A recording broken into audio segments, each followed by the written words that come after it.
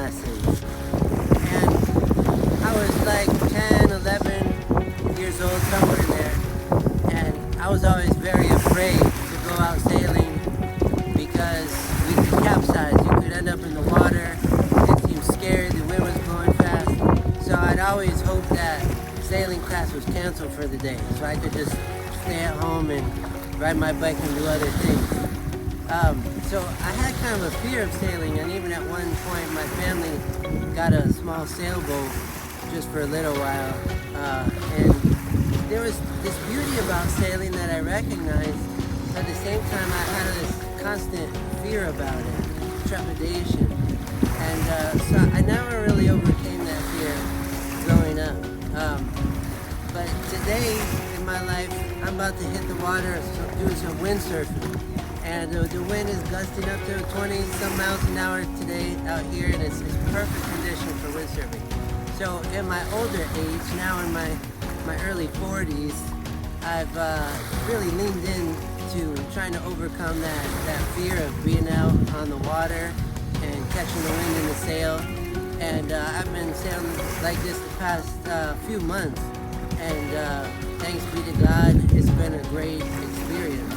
I'm about to hit the water, but I want to compare sailing to the spiritual life, and I think that the sail is like the soul. And when we're talking about vocation, God's call for our lives, God's will for our lives, the question is our sail raised up on that mast, ready to catch the wind of God?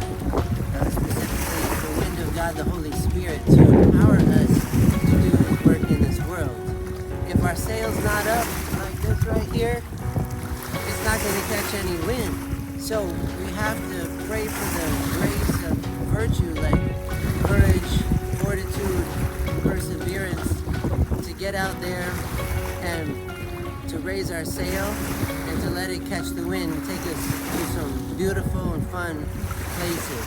And I think that's how it is with God, that unless we open that sail wide to catch His winds, we're not going anywhere. We're just going to be beached on the shore like this, and it's not as fun.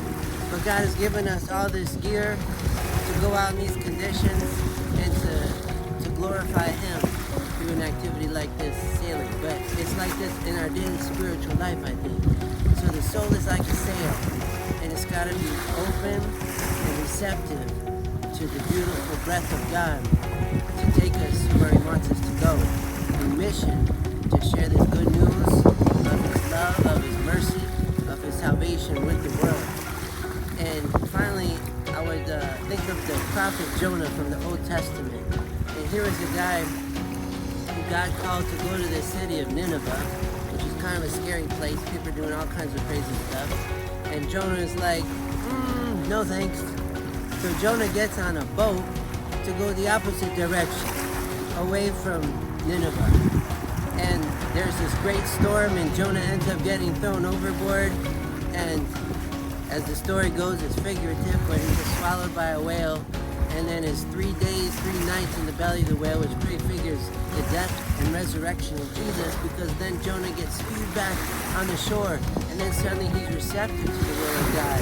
And that vocation, that call to go be a prophet and call people out on what they were doing in Nineveh and bring them back to the one true living God, to live according to His law, His commandments, which is entirely good for us. So that's what it's like in this life, being like Jonah.